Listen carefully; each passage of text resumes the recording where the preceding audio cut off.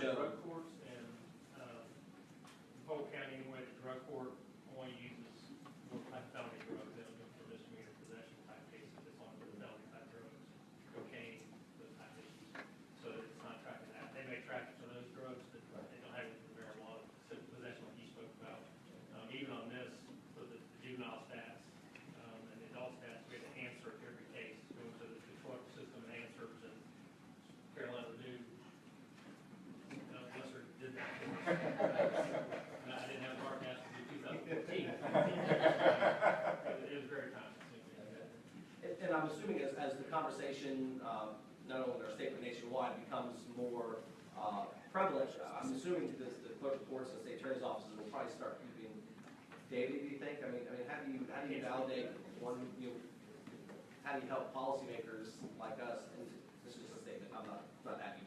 I'm saying, how do we, as policymakers, decide what's best for our community? And if we don't keep, stats of simple possession, it's called simple possession for a reason. I think it's just one of those non-violent type of things that if we can address in a more, what's the word that they use here? That I kind of liked it. They used, I wish I could find it. A least harmful resolution. But the data in the packet, so this is works with my colleagues. I will tell you, it's going through the 26 pages is very interesting, a lot of information. I had an opportunity over this week to read through the big binders that are sitting in front of our law enforcement. And the studies are, like the chief said, the studies are depending on which way you want to look at it. There are studies that show that marijuana is not a gateway drug, that this is inclusive. There are studies that people swear by that this is a gateway drug. And I tried to separate the decriminalization issue with the legalization issue that was presented to us.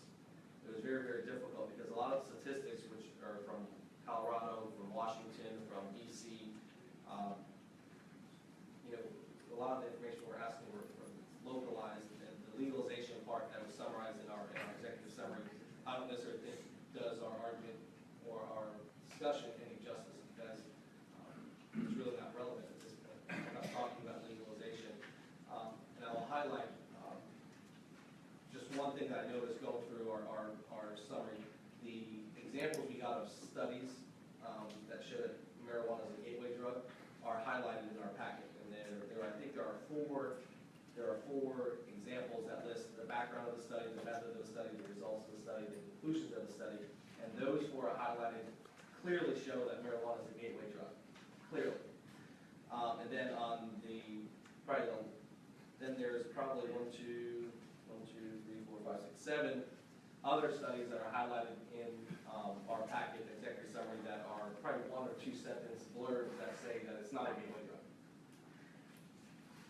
So it was just, the way it was highlighted just shows a little, if you're going to give me 4 that show it's a gateway drug, give me 4 that show it's not a gateway drug. But it just comes to that conclusion. I did find it interesting that one of the studies, the same article goes to state, there was a study done of marijuana in adolescents could influence multiple addictive behaviors in adulthood. That's one of the studies. And it was done on animal testing.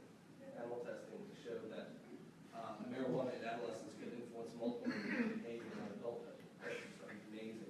And I appreciate the study that highlighted the twins in there. That one twin had a less addictive personality than the other twin. So I don't know if that was directed to me, but I think mostly it was to show that that study was inconclusive, by the way, that marijuana was not necessarily a gateway drug. You should have just said Jason. The last name was... Yeah, Commissioner, if I may, and obviously with all due respect, but I recall the question that was asked of the team was, are there studies that show that marijuana is a gateway drug? And that is what they keyed on. They didn't say what were the opposing studies that showed it wasn't a gateway drug. I get it, but I'm just, as I read my It wasn't done in any bias manner. but I wouldn't have known that if I didn't read the 5,000 pages that were provided. Could have done Yes, you could give probably a lot more information. In regards to, Just if I may, sure. speak for Steve in one thing, and he wants his pointed out. Sure. Question 11 was, are there any concrete data or studies that prove marijuana is a gateway drug, much like Mr. Delgado spoke about? And our answer was, there are studies which support the hypothesis that marijuana is a gateway drug, and there are studies which do not support this hypothesis, and there's samples below, so we did get various samples. Okay. And we have all of those in the bigger book to provide where we got them. Thank you for that clarification, I appreciate that. In regards to, let's talk about, because I'm concerned about a few groups of our constituency. One is obviously our young people. And I appreciate the, you're saying that we only had 30, well, I don't know, I think it was 41-ish. And then the off-ramps. And so my question would be, and I don't know if it was answered, but I don't think it was answered in its entirety, as far as I'll do juvenile cases, then I'll go to the adult cases. What is the cost of someone, a juvenile gets what's the cost of the off-ramp? It would depend on where it went off ramp. Okay. All right, I saw I'm trying to be honest with No, you. and I appreciate that. If it goes off ramp with the officer's discretion, there's no cost. Okay. If it goes off ramp and. What is the off-ramp that offer discretion mean? Right here it says, according to the clerk of the court What costs of page fines. you go to? I'm sorry, I'm on page 1, question 2. What was the cost of taxpayers that hold a court hearing and charged individuals? Do you want me to cover that or? No, okay, okay, I'm going to finish your statement, but then what is the off-ramp that is at the officer's discretion? I'll discretion as to whether charged or not charged, whether it's at the team court. It depends how they want to do that. So if he doesn't charge the person at all, it simply says, let's not seize it, calling your parents, I'm going to put it down, let's have it destroyed, but I'm not going to charge you. So we already have, so is that in our standard operating procedures, that if we catch somebody with marijuana, we call, if they're a juvenile, we call their parents and let them go? We don't let them go, we release it to the parents. I guess, but is They have that that, discretion. Even if he goes to appear, we have. but is that, okay, but I mean, so is that a standard operating procedure that our officers know that they can capture marijuana from someone, a juvenile, call their parent, and we can let them go? As officer discretion, yes. It's our policy, that officer discretion. So what is the difference of the decriminalization part, which it gives you guys an additional, if it really what it does is it puts it in writing, what you're already practicing, because you're already seizing the illegal drug, you're contacting your parent, and you're sending them on their way without a charge. You're missing the point, Pat, I apologize. Okay, am I off? Juveniles will not be allowed to use this program. Okay. They're not, right now, that program's not offered. I thought, well, maybe we would here, but. Well, I'm trying to get clarification. If a juvenile, according to what you just said, if a juvenile is caught with marijuana, it is, the officer has the discretion to, obviously they seize it, it's illegal. It's illegal to, Yes. okay. If they call their parent, they're juvenile, and they go away. They go away with a citation. With a citation, so they, okay, so, And that may be directly to teen court, depending on the circumstances, but we have the parents involved. okay, all right, so we're not currently, That's right. is that right? There are multiple options, yes. One Yes. option is to Okay, not but charge, release to the parent. Okay. One is to give them a notice to appear. Okay. One is to refer to team court. Okay. And we have officers that you're aware of that have done what I've just explained, where they maybe taken and just let them go and call their parent? Yes, Justin, yes, sir. That's, okay. I've done that myself. Okay. And with the officer's discretion, Well, you can make it. Send away without NTA is what I'm talking about. Yes, you can make a decision based on the circumstances. Maybe we can explain that, hey, this is what's going on. They weren't charged at this time. Maybe I couldn't put the marijuana on them or so on and so forth. Or maybe they were able to ingest it and chew it and swallow it before I could get to them. And it wasn't worth getting a exploratory search warrant on top of the case. Okay. And then one of the questions I think is a valid one for the argument of decriminalization is, and this is a favor of not decriminalizing, is the assumption that decreased cost, and which is something I found interesting. Just because you decriminalize it doesn't necessarily decrease the cost of law enforcement or the workload of maybe the state attorney's office potentially. We gave the example of the airlines. Yeah. We're going to fly that plane. We're going to be on duty Yeah. that day. The costs are built in. Yeah,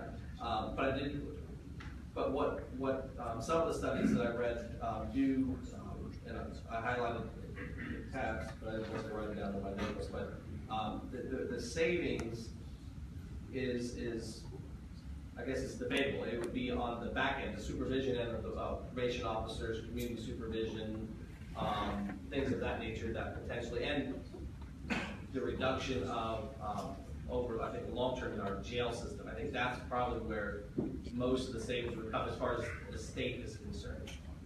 If you're only using simple possession, I don't think you can really put it in jail time, because it's so rarely given. Right, about 4% of the time is what that study said. Right. Now, there's other states where it is, and so you have to be careful looking at national standards, because some of these are, Louisiana, it seems like they have very severe penalties for possession in comparison, Florida doesn't. Yeah. So that's where you have to be careful. Supervision and treatment, I think, though, are all the things that we need. Right, and that goes back to my question about cost. So the cost associated with someone, when we're still a juvenile, let me go to the adult, is about $400 for court cost. And to help me walk you through the process, because my charge was possession of alcohol by minor back in the day, not weed. But when you go through the system and the off ramps, the court cost is $400. Is the defendant, I call it defendant, criminals probably, that's probably the worst way to say it. Are they responsible for other costs associated with the off ramping, as far as if they're told to go to meetings? Is there a cost for meetings? Is there a cost to be drug tested on a continuous basis? Are there costs associated with checking with your PO? And then The cost with the PO, I believe there's a $15 charge for the drug testing and the treatment. I remember the chart, the chart that the state sent that actually showed what they could sign. So okay, yeah, I thought that there was like a yes. bill, like this. Right, and they're not always in charge of all those fees, it depends on where the case is offering. Obviously, if you're going back kind of what Commissioner Selvage mentioned, it's only a conviction, so it's only when you get to the court side. Getting them at the prosecutor's discretion never makes it to a conviction. Okay. So it never shows it, it shows a drop. Okay. So it'll never be on the Do permit. some of the juveniles, are they assigned a public defender? Do they have their own attorney? Either way. What's your experience? It would depend, Either way. depends on financial. So there could be costs associated with that. When they go to court, they sign an affidavit, or they can be financial, they can afford an attorney when they want to court. Okay, and then in regards to, okay, so I'm gonna finish up with my juvenile part here, and it goes back to what Commissioner Sell was saying, as far as, let's talk about some of the youth, because, you know, I'm concerned about, some of the consequences of being charged or having to go through the process. If, to the military standpoint, I think, Commissioner Selvage was accurate, there's a waiver that you have to sign with most of our military branches. But however, just filing a waiver doesn't necessarily mean acceptance. Do you agree with that? Depends on the other circumstances. But just because, Offenses presented. sure, but just because we file a waiver doesn't necessarily automatically mean acceptance. You still can be denied. In speaking with the recruiters, what they said is basically the need of that service. If they need personnel, I guess there was the a lot of presidential. waivers that got issued. If they were full, then it was real tough. So it just depended on their need at the time. Okay. Let's talk about employment. Okay, let's go back to college first. In your backup documentation, there is a paragraph that addresses, it's not in our executive summary, but and I think I highlighted it when we were in the chamber there. But yeah, so do you mind reading that paragraph for my colleagues so we can? Because that's one of the concerns that I have, especially with our young people. Is it going to prohibit them from being able to apply to colleges? They're going to have to check marks and box, and if they do, is there a consequence to it? And there's a statement that I find in the backup documentation that I think addresses that issue, especially if we consider ourselves college now.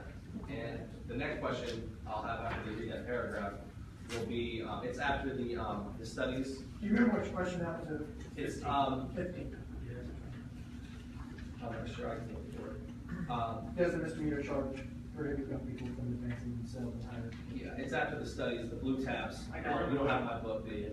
or no, my book, it's not my book, it's your book. You have it tabbed, you said? Yeah, it's tabbed, and so if you look at the blue tabs that have You no remember which evidence. book you looked at? Yeah, This one. yes, no, he's got the right one. But then after, they read that paragraph, I found it interesting, but then we go to the financial part of it, which is, I think, is somewhat interesting as well, especially if we consider ourselves in college now. If someone is caught or charged with possession, it doesn't necessarily prohibit them from applying for financial aid. However, if they sent their paperwork off, then they get caught, they're invalidated, they no longer qualify. Or if they're on it, currently, which we consider ourselves in college now, someone's caught on it, they lose it. So then there's a time for them to get it back, but I just thought that was interesting. Justin, if we brought this to you. Yes, I can find this. But I thought it was interesting that, was it Florida Southern or Full State? It's Florida Southern, and I can tell you what it said was that they don't do a background check, they don't request the records, but if most information they get from the counselor that it was flagged by a counselor, I think is what you're referring to, that it would be difficult to get past. Keeping in mind that Florida Southern and State Southeastern are religious colleges, they probably are a little stricter on what you will. In terms of state law.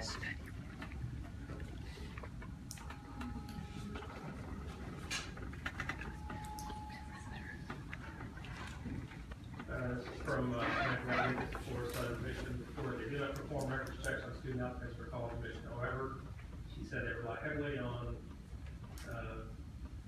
reports from prospective students from guidance counselors. She said it's been her experience that the student were flagged for a marijuana conviction that was extremely hard to overcome, and only there were 2 exceptions where extraordinary means were used to rehabilitate students' application consideration. That's a very powerful statement. I mean, they don't actively go seek it, but if it was brought to their attention by whatever means, guidance counselor, a call from LPD or a law enforcement agency, call from a neighbor, who knows? If it was flagged, it would most likely not be accepted. So, to local colleges. Yeah.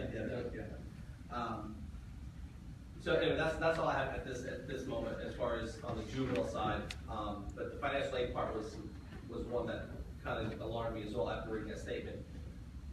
You know, we're not advocating the use, but you know, kids are gonna make mistakes.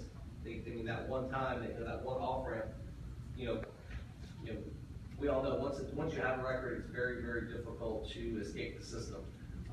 And then, you know, the demographic breakdown of it, I think it speaks for itself, so I won't necessarily address that. And that's not just, that's a nationwide statistic that was in some of those studies. As far as the prosecution rate, criminal rate, there have been more African Americans that have gone to prison and graduated college, which I thought was another interesting statistic. Let's go to the adult portion now. That some of those Before studies. you leave that, Sorry. the Commissioner Controller brought up the fact that there are a lot of diversity programs and so forth.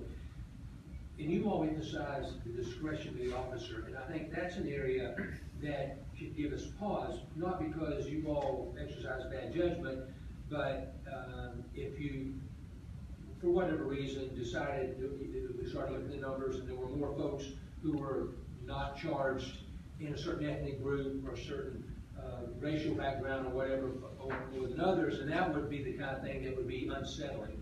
So do you have specific training for your officers, and you say, these are generally the criteria where we don't charge, regardless of those other factors, or how does, how do you just make those, how does the officer on the street make those kind of decisions to be fair and just for everyone? And that's a great question. And that's hard to train, because you don't know all the circumstances you're gonna deal with, because if you deal with different cultures, and you deal with different circumstances in different geographic areas, it may change how an officer would feel. That decision-making matrix may change based on the attitudes that you're getting, the responsiveness. Do you get an attitude of, man, I apologize, look, my mom and dad are gonna be really upset, or do you just get a dismissive attitude, like it really doesn't matter, and you're basically, why are you in here? And so that will depend on, because that officer's thinking now, well, this person's obviously isn't going to pay attention to a civil citation. They may need a stronger citation. If that is extrapolated over a long time, then you could have situations that would show bias as possible. And then that you get colored with that particular, highlighter, and then, but it's not true, because to go back, just like it's hard to go and see the recidivism, to get people to track that kind of stuff, because it's hard to track it if you've never thought about having to do it. But you come back and all of a sudden you have this that makes it look like it's one certain way, if you have biases toward, a certain, part of the community. But there's reasons individually that cause you to do that because of the time what the officer was facing, the time of the offense, the situations involved in the offense, was there other criminality? Look, there's things that are gonna make it harder for us. This is gonna make it harder, it's gonna make our job tougher. I think Chief White will speak to that about some of the hurdles that this is gonna cause. Not that we're not willing to do it, but it's gonna make our job harder. Did you want to continue? I just want to make sure someone's had a- Before we left the Yes, sir, I don't want to leave. underage, go to the adult part of this, I wouldn't do that. Well, Commissioner Shelley did have to say, I want to go to Commissioner Shelley, and we'll just go right down to Commissioner Walker. Just to follow up on what the chief said, I on my last ride along, I saw that happen. I believe it was an officer with an open container, and the discussion was friendly, and that was it. So just a decision made on the spot. But is it fair and accurate to say that law enforcement in the city and the county and the state's attorney office is opposed to the decriminalization of marijuana? I want to be careful not speaking for the agencies, but by talking to them, as early as yesterday, we had a meeting with the state attorney's office. I would say that they are opposed to this. And so I think it's clear that none of us is endorsing the legalization of marijuana. We are concerned about the consequences of a bad decision made by a young person. And is it accurate to say that your position, Chief, is that the current structure guards against inappropriate consequences for a kid who does the type of thing? The status quo, in your opinion, protects that youngster from having consequences he'll pay for the rest of his life. I do, sir. You think that the current structure as struck is protects that youngster? If you look, yes, sir, I do. Okay. Now, there is some cost to us if we do decriminalize. As the city attorney has said, we'll have to have an adjudication system in the city, a staff department to handle that. It's not much like a red light camera. Yes, there's going to be increased costs. So instead, it stops at the Lakeland area level. We give a citation that must be settled through some process in the city. So there's certainly some cost there. It might involve a lawyer as a mediator or arbitrator or whatever. We have to have an appellate system set up. Sure, and that's a small consideration. It's hard to predict exactly how much cost, because it's hard to predict how busy they would be. But yes, it would require some. There were 400 last year, 2015, cases, and so might be somewhere south of 400, I think. 2015, we had 401 adult arrests. 401 adult, 49 arrested juveniles. Okay, so almost 500. So we would have a pretty steady flow of people into this chamber to adjudicate tickets. Yes, sir. All right. So, well, thank you. If they appeal it. If they appeal, that's good. Now, please, if you will, hold your questions to the juvenile area for now, because Commissioner Troller still had the floor, but if you have a question regarding that. And that's it, Mr. Mayor, I do. And I see a couple of SROs in the audience, and I am concerned about perception. Perception is everything in the sense of what people see, how they go along with stuff, what they think about stuff. And I'm sure you all know where I am. I don't have a problem saying it. But I think it's important that we understand that, our children look at what is being done. I'm still raising children. And I'm looking at making sure that my son, who, and granddaughter, some extent, I see that she's in my custody and care, to make sure they understand, what we're doing here. And the importance of that, we speak about, having these big rallies that we have each year with the Interact Council, Alliance, excuse me, I should say, and make sure that young folks understand the things. And that's why I am with this thing. And I want to make sure, that we understand perception is so important. And our SROs in these various schools, and challenges that we've already had in the city, especially some things that we've dealt with in the last couple of years. Are we putting more pressure by doing something like this? And I want to hear that from our SROs who work in the schools. Are we putting more pressure when we start saying, decriminalizing something that, could cause us to be able to, again, about a citation or whatever to someone versus what we're going with some other things that could cause some other challenges as well. So I like to hear that. One of the studies talked about the decriminalize, it could have an increase in, it saw increases up to 4% with youth, which obviously is concerning. And understanding even if we decriminalize, it doesn't stop the sheriff's department or FHP must come into the city and I send them a message that people think they're gonna get a citation, and when in fact they're not going to get a citation, they're getting arrested. So you're putting those youth that used to be talked about at a greater jeopardy because now you're clouding the water a little bit. A lot of it's concerns. Are they walking a very fine line? What's in the city? What's out of the city? You see our lines. This part's in, this part's out. Where you're standing, or is this deputy driving through? There's no. So don't stop this thing. And again, going back to perception and making sure that we understand perception, we all do. We live it, I live it every day, I'm sure like everybody else.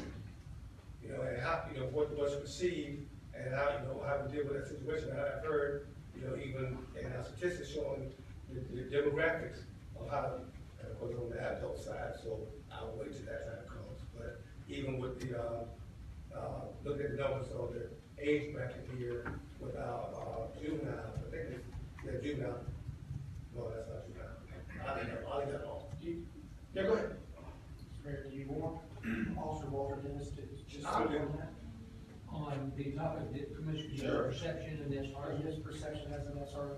let me just, is that gonna? That's juvenile. Commissioner Tobler still has the floor. He has the floor. So are we trying to get through the juvenile portion of it? Is that? Absolutely, all any information we can get. Thank you, Commissioner. Good morning. Morning. My name is Walter Dennis. I'm a school resource officer at the Lakeland Police Department. Been working as a school resource officer since November 2002. The information that I have that I shared with the chief last week or early this week, over the summer, the school resource officers attended the Florida Association of School Resource Officers conference. And during that conference, we got to hear from Monty Stiles.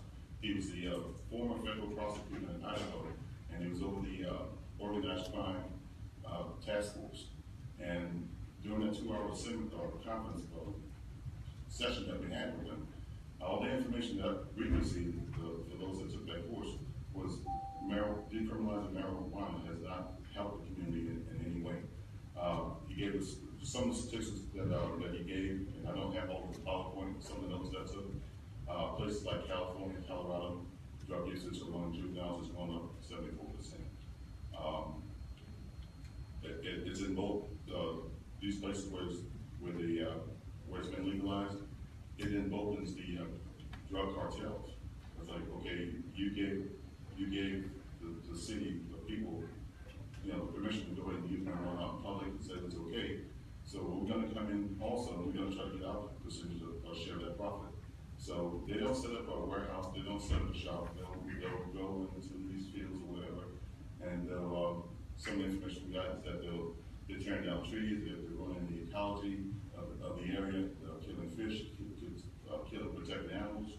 So it doesn't just hurt the kids and the community, but it hurts our ecology as well. Because we're an outdoor state where people fish and hunt and do a lot of outdoor type things, and those are things that people do with their families.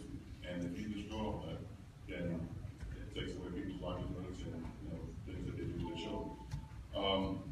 Some of the other things that I heard in the closed session that bothered me was, people will say, okay, I have a medical ailment. Well, these doctors, the doctor shop, or these doctors that are sort of in cahoots with these marijuana growers and things like that, they'll Skype with the doctor, and the doctor says, well, your hand hurts and you have a twitching in your finger. Okay, you qualify for medical drug use, and they get a card. I mean, that's proper. It's just crazy. And also with some of these dispensaries, how would you regulate? Most of the dispensaries that we discussed and that we saw in videos were cash businesses. They're only supposed to be able to purchase 8 ounces at a time, but people were walking in with $2,500 cash and buying 8 pounds. Well, I could. I'm sorry. And, no, you're fine.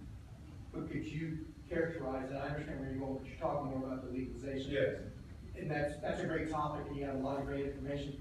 I think what the commissioner's looking for is, from your point of view, about what a decriminalization citation would do right now for both adults and, for juvenile. What is the permissiveness that you would see that would come from us decriminalizing this? What message are we sending to our children, about your perspective in the schools? I think it's saying it's okay. You can't drink a beer in public. So why would it be okay to smoke marijuana? I don't want my son to see that. He's 8 years old, very, very impressionable.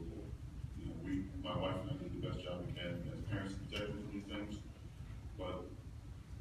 And if John and Mary students see their parents doing it, well, if they're doing it, then it must be okay for them. We don't want impaired drivers. We don't want kids under the influence and of marijuana. And I do believe it's a gateway drug, and it does get into other things. We didn't go over any studies about it being a gateway drug, but the former federal prosecutor gave us a personal story of a young lady that he knew who stored marijuana, graduated into something else, and eventually died as a result of increased drug usage and amongst other things. But I don't think marijuana is a good place. You criminalize the marijuana, I don't think that's the way to go. Did you get your answer, Commissioner? That's fine. Thank you. Thank you. Well, okay, I'll use that there. So, you were convinced, officer, that if we decriminalize marijuana, that would increase the use of marijuana by students? Yes, sir. That's one of those things. Just not legalize it, but by decriminalize it, as in the citation of a criminal offense would lead to more drug use by students. That's one of those things. Commissioner Lewis. Yeah, I'm torn by the data, and also I'm trying to be careful not to have a story about one person effect, or give it more weight than a big study. So a number of months ago, there was it was actually on the editorial page, but it was a discussion of Colorado's lessons from legalizing marijuana. And in that, a federal agency reported in December that Colorado had the nation's highest rate of consumption among kids ages 12 to 17, with nearly 13%. Now, this was just right after the they changed their laws. But that rate has been flat, so they didn't show any increase. They use the term flat as Eastern Colorado. If you know Eastern Colorado is a plain. The State Department of Public Safety found no significant change in cannabis use by teens. So I think my point is that what Justin was talking about, if you pick whatever study you want to believe, it supports it.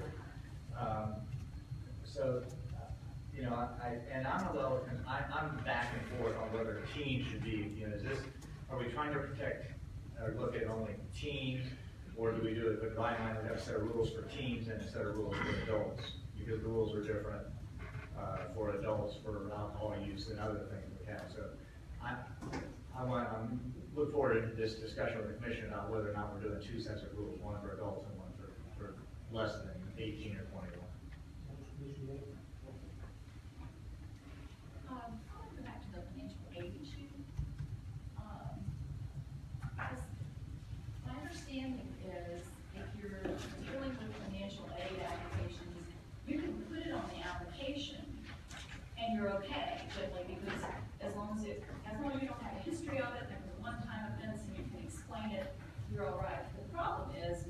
you don't list it, and then somebody finds out in the financial aid office that you didn't put it on your application, isn't that really, so if the student is honest about his past financial aid application, he generally speaking is not going to be denied financial aid because of that. Do I have that correct? Yes, I guess I look at it as you're falsifying the application, probably why the other one. And then in that, what they say is as long as they go through and they can show they completed the treatment program, they're re-eligible again. So it doesn't take that away from them. It's that, and that's probably my biggest concern about the psychiatric program is there's no element for treatment. It doesn't allow for that, where these other programs do. They must not have mandate some type of treatment program for these kids to get away from. So, and this is not unlike life. This is not unlike a job application, where on a job application, if you neglect to mention something that you should have mentioned in your criminal past, then you're likely to be, lose the job or lose the ability, opportunity for the job because you didn't put it on your application. Whereas if it's on the application and you explain it with the treatment program, most places, including LPD, are going to look at that, look at the facts and circumstances, and not necessarily penalize you because of one full discretion. True. So I feel like, you know, I don't want to make too much of the financial aid. There probably are going to be kids that are going to get stuck with that. But it wouldn't matter whether it was marijuana or open container or any other kind of a citation. They're going to be stuck with that if they knowingly leave it off